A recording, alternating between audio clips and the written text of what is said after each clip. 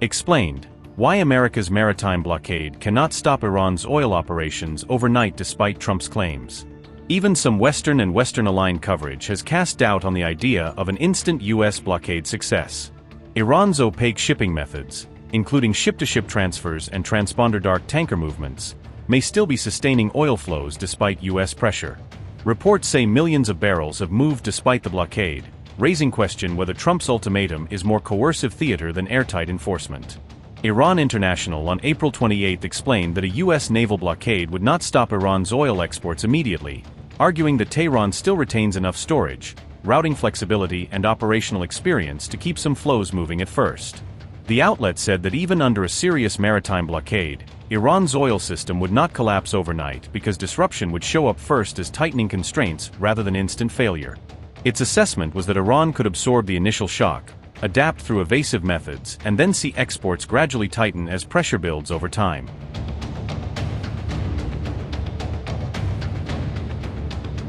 Iran International's argument is that Kharg Island is more than a transit point in Iran's oil chain and can initially serve as a buffer because it combines loading infrastructure with substantial storage. The island remains the central choke point in Iran's crude export system, with multiple assessments putting its share at roughly 90% of Iranian oil shipments. Normal export volumes moving through Kharg are commonly estimated at about 1.5 million to 2 million barrels per day, depending on operating conditions and sanctions pressure. Kharg's storage capacity is generally put in the 20 million to 30 million barrel range, which gives Iran short-term operational flexibility if outbound flows are disrupted. But under blockade conditions, that same flexibility can turn into a liability, because if tankers cannot load or sail consistently, storage tanks would start filling and the island would become a bottleneck rather than a release valve.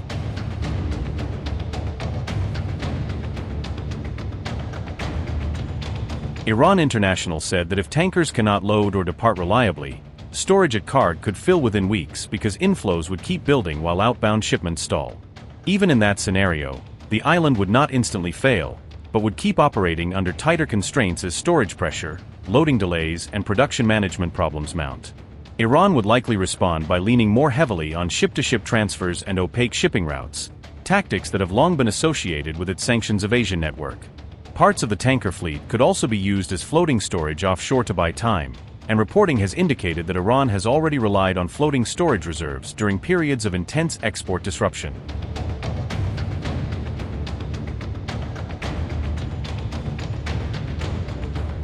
Domestic refiners and inland storage can absorb some extra crude for a time, which is one reason analysts say Iran could still manage limited overflow even if exports were disrupted. Years of sanctions have also given Iran's oil sector experience in operating under pressure, with Iran International arguing that this history has trained the system to improvise rather than freeze. That is why Iran would more likely trim production gradually than halt output outright, with outside analysis suggesting shut-ins would build over time instead of happening all at once. This assessment of Iran's oil export resilience surfaced as Trump was issuing a new ultimatum, adding urgency to the wider debate over whether maritime pressure can force quick economic collapse in Iran.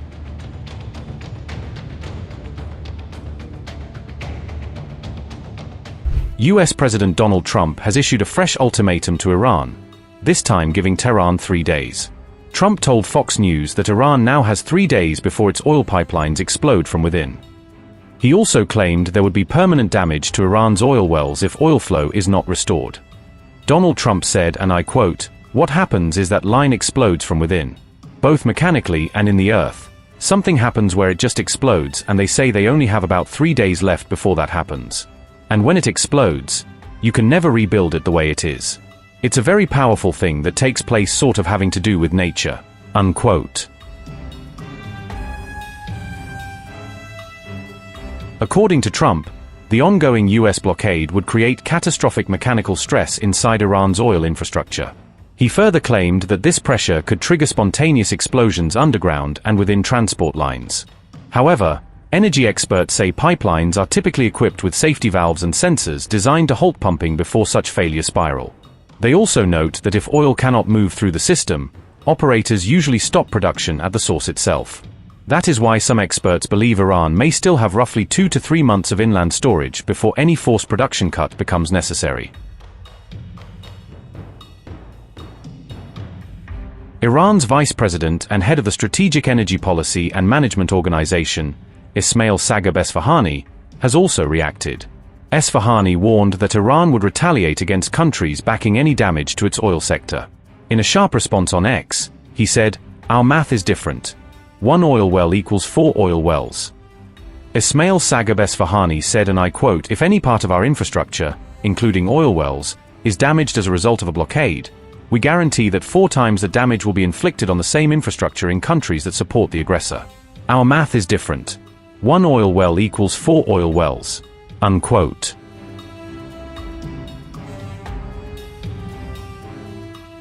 Despite an intense US naval blockade on Iranian ports, new data suggests the strategy is far from airtight, with Tehran continuing to export oil in ways that undercut American pressure.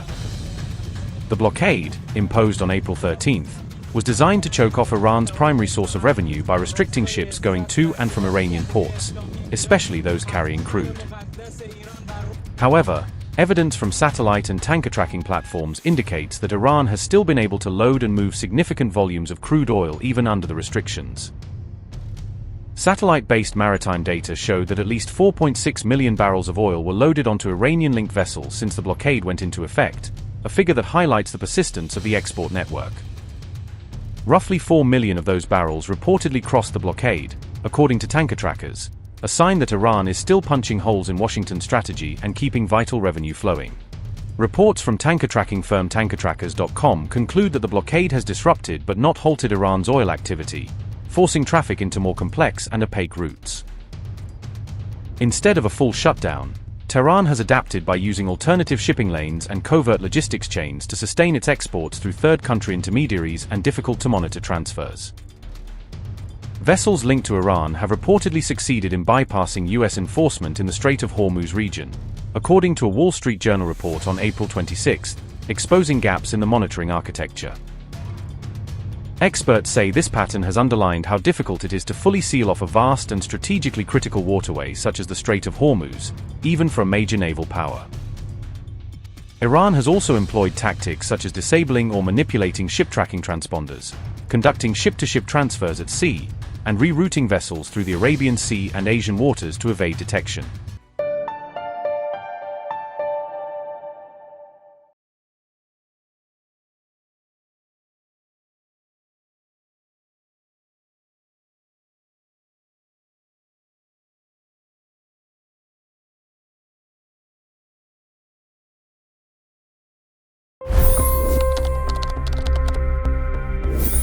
$25 crore गरीब गरीबी को परास्त करके बाहर निकले। For the good of our nation, let's work together and let's truly make America great again. The fastest news breaks. Requested PM saying that look, you will have to speak to Putin and to Zelensky. The biggest news makers. The relationship with India is probably the most important bilateral relationship the U.S. will have for the rest of this century. The capital delivered quite an election result today. Expert analysis. The million-dollar question today is how to stop this dance of death. Ground reports. I'm standing at the crossroad of the Kumbh Mela. Behind me are more than 100 entry ghats. Long-form interviews. Exclusionary politics is reflected in Manipur case as well. You don't bother because this is a small state. Deep dive into burning issues. It's often said DRC could be the richest country in the whole world. It's because of what sits underneath. Why exactly did the US topple the Sheikh Hasina government? HT videos. We don't just break news, we break it down.